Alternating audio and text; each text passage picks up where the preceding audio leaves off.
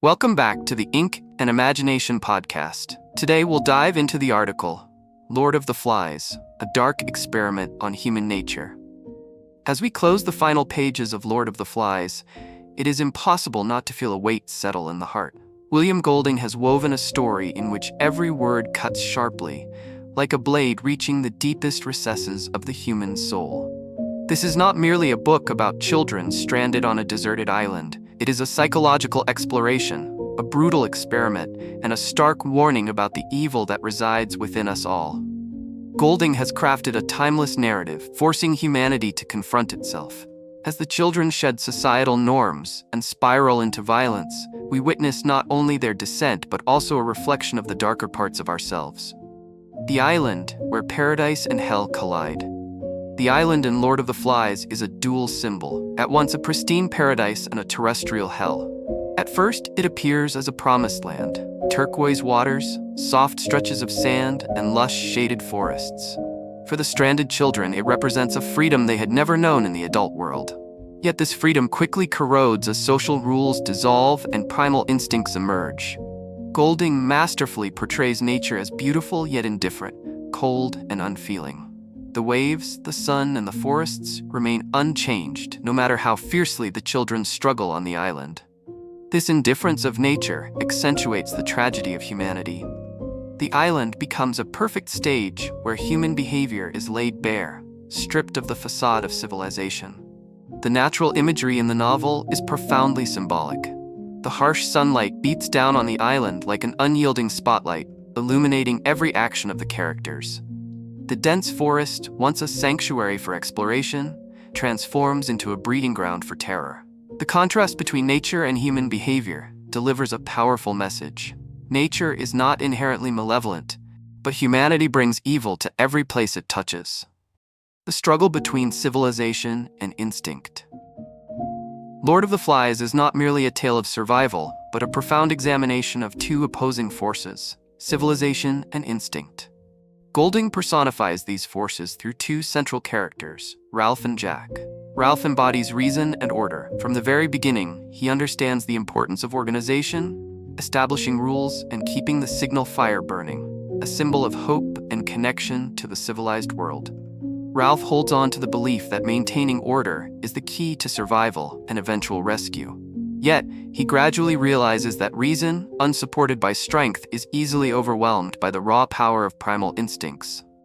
On the opposite side stands Jack, who represents primal instinct and the lust for power.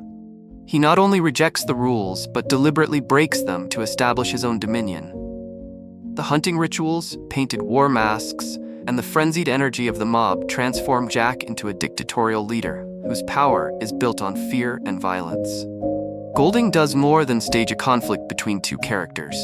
He poses a fundamental question. Is civilization truly stronger than instinct, or is it merely a fragile veneer?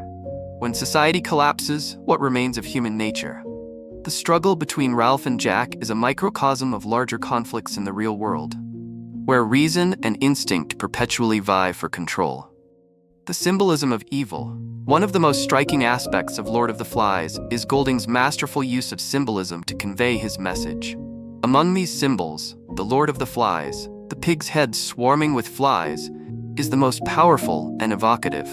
The Lord of the Flies is not merely a physical object.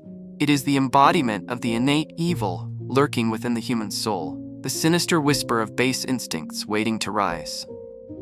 When Simon confronts the Lord of the Flies, he uncovers a harrowing truth. The beast the boys fear is not an external creature but a reflection of themselves. Golding skillfully constructs this symbol to emphasize that evil does not originate from an external source. It is an inseparable part of humanity. The Lord of the Flies is not just a haunting image, but a chilling reminder that corruption requires no justification. It needs only an opportunity, a conducive environment, and the absence of social order to surface the pinnacle of tragedy. The climax of Lord of the Flies lies in the heart-rending deaths of Simon and Piggy, two characters who symbolize innocence and reason. Simon, with his sensitive soul and extraordinary insight, is the only one who uncovers the true nature of the beast.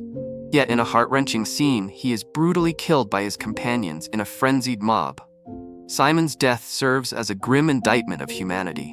When the crowd loses control, even innocence is not spared. Piggy, whose glasses symbolize intellect and clarity, meets an equally tragic fate. His death, accompanied by the destruction of his glasses, represents the complete collapse of reason and civilization on the island. The horror reaches its peak as Ralph, the only character still clinging to the values of order, is hunted like an animal. The fire that Ralph and Piggy once saw as a beacon of hope now becomes a symbol of destruction, consuming the island in chaos. A dark mirror of humanity. When the boys are finally rescued by a naval officer, the reader is not left with a sense of relief. Golding delivers one last blow. The officer, an embodiment of the civilized world, is himself engaged in a global war, a conflict no less savage than the events on the island. Golding offers no solutions or solace. He simply presents a cold, unflinching truth.